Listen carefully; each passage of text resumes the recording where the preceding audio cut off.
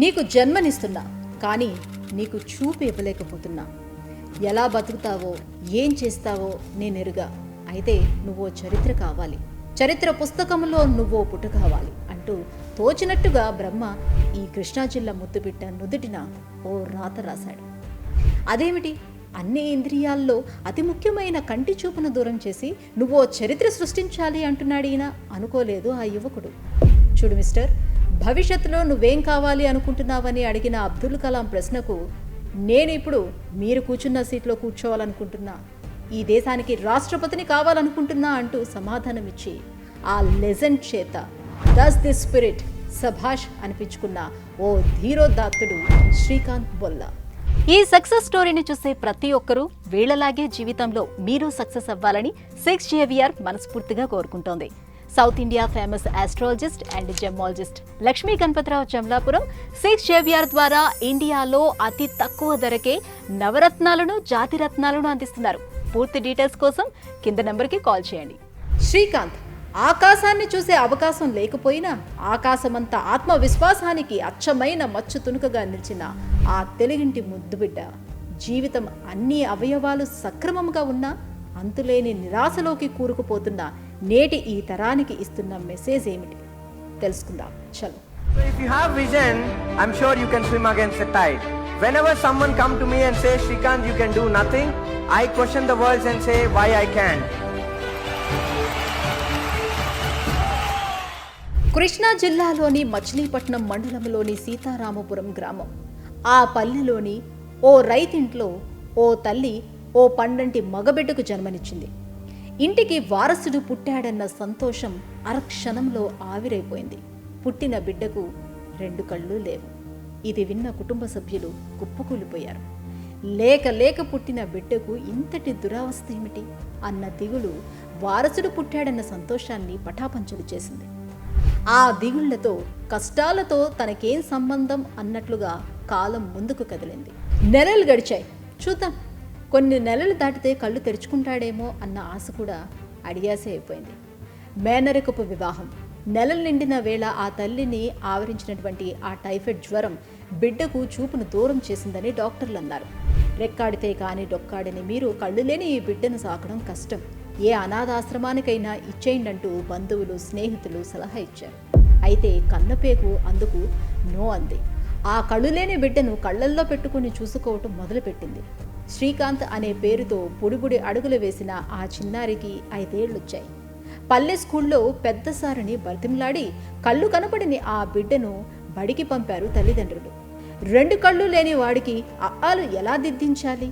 అది జరిగే పని కాదు. కాబట్టి శ్రీకాంత్ను టీచరు వెనక సీట్లో కూర్చోబెట్టారు. బిక్కుమొహం వేసుకొని దిగులుగా కూర్చున్న ఆ చిన్నారిని చూసి జాలిపడటం తప్ప ఎవరు ఏం చేయలేకపోయారు. సంవత్సరాలు గడిచినా అక్షరం ముక్క రాలేదు. స్కూల్కి టెన్షన్గా వెళ్లడం తప్ప 1వ ఎక్కం కూడా చెప్పేంత కూడా చదువు అవ్వలేదు. హైదరాబాద్లో అయితే బ్లైండ్ స్కూళ్ళుంటాయి, అక్కడ చేర్పించండి, 4 అక్షరముక్కలైనా వస్తాయని ఎవరో చెప్పడంతో శ్రీకాంత్ చదువు హైదరాబాద్కు మారింది. ఆ పరిణామమే ఆ పల్లెబిడ్డ జీవితంలో ఓ పెద్ద మలుపైంది. బ్రెయిలీ లిపితో చదువుకున్న శ్రీకాంత్ 10వ తరగతిలో 90% మార్కులు సాధించారు. అయితే ఇంటర్మీడియట్ చదువుకునేందుకు బోర్డు నో అంది. కళ్ళు లేని వారికి ఇంటర్మీడియట్ చదివే అవకాశం లేదంది. ఆ సమయంలో శ్రీకాంత్ పవర్ ఏమిటో, చదువులో అతనికున్న సత్తా ఏమిటో తెలిసిన స్వర్ణలత అనే ఉపాధ్యాయుని అతనికి అండగా నిలిచింది. కోర్టులో కేసు వేశారు. ఇంటర్ చదివేందుకు అవకాశం ఇవ్వాలంటూ న్యాయస్థానం తీర్పునిచ్చింది. స్వర్ణలత టీచర్ శ్రీకాంత్కు ఓ టేప్ రికార్డ్ ఇచ్చింది. ఇంటర్మీడియట్ పాఠాలను క్యాసెట్లోకి ఎక్కించింది. వాటి ద్వారా పాఠాలను విన్న శ్రీకాంత్ పరీక్షలు రాశాడు. ఇంటర్మీడియట్తో 98% మార్కులు సాధించాడు. ఏకంగా అతని కుటుంబాన్నే కాదు, బంధుమిత్రులనే కాదు, ఇంటర్మీడియట్ బోర్డునే ఉలిక్కిపడేలా చేశారు. ఇప్పుడు శ్రీకాంత్ టార్గెట్ ఐఐటి ఎంట్రన్స్కు అప్లై చేశాడు. ఇండియాలోని 5 యూనివర్సిటీలు అతని అప్లికేషన్ను రిజెక్ట్ చేశాయి. అదే సమయంలో విదేశాల్లో వికలాంగులకు ఐఐటితో సమానమైన చదువు చదివే అవకాశం ఉందని ఎవరో చెప్పడంతో స్వర్ణలత టీచర్తో పాటు అతని స్నేహితులను ప్రోత్సహించారు. గో అహెడ్ అని అన్నారు. శ్రీకాంత్ అమెరికాలోని MIT ఎంట్రన్స్కు అప్లై చేశాడు. ఆ పోటీ పరీక్షల్లోని అద్భుతమైన ఫలితాలను కూడా సాధించాడు. మసాచ్యూసెట్స్ ఇన్స్టిట్యూట్ ఆఫ్ టెక్నాలజీలోని MIT దిగ్విజయంగా పూర్తి చేశాడు. శ్రీకాంత్కు అమెరికాలోని పలు సంస్థలు లక్షల రూపాయలు నెల జీతంతో ఆఫర్లు ఇచ్చాయి. అయితే తన జన్మభూమిలోనే తన జీవితము గడవాలన్న ఉద్దేశంతో పాటు ఒక ఉద్యోగిగా కాదు, చదువు ఇచ్చిన జ్ఞానంతోటి ఓ ఫ్యాక్టరీ లాంటిది స్థాపించాలి. ఆ ఫ్యాక్టరీ లాభాల ఖజానా కావాలి. ఆ సక్సెస్ను తనతో పాటు విధి వంచనకు గురైన వారికి ఓ ఉపాధి బాటగా మారాలి అని డిసైడ్ అయ్యాడు. కట్ చేస్తే శ్రీకాంత్ నివాసం అమెరికా నుంచి హైదరాబాద్కు మారింది. ఆయన ఆలోచనకు ప్రముఖ వ్యాపారవేత్త శ్రీనిరాజు మద్దతు పలికారు. ఓ అద్భుత వ్యాపార ప్రపంచాన్ని సృష్టించే క్రమంలో శ్రీకాంత్ అడుగు ముందుకు పడింది. ఆ అడుగు బొల్లాంత్ ఇండస్ట్రీస్ అయింది. డిస్పోజల్ యుటిలిటీస్ వ్యాపారంలో ఆ కంపెనీ ఓ తురుపు మొక్కగా మారింది. రవిమంతా అనే ఓ యంగ్ మ్యాన్ శ్రీకాంత్కు పార్ట్నర్ అయ్యారు. చక్కటి నాణ్యమైన ఉత్పత్తుల సృష్టి, తక్కువ లాభాపేక్ష 12 ఏళ్ల క్రితం ఊపిరి పోసుకున్న బొల్లాంత్ ఇండస్ట్రీస్ను ఇప్పుడు 100 కోట్ల టర్నోవర్ ఉన్న ఓ వ్యాపార సంస్థగా తీర్చిదిద్దింది. వందలాది మంది దివ్యాంగుల ఉపాధికి మార్గమైంది. 4,000 మంది దివ్యాంగులకు ఉచితంగా అక్షరభిక్ష పెట్టే ఓ ధార్మిక సంస్థగా రూపుదిద్దుకుంది. ఏకంగా the Indian business tycoon Ratan టాటాను కూడా ఆ వ్యాపారంలో భాగస్వామిగా చేసుకోగలిగింది.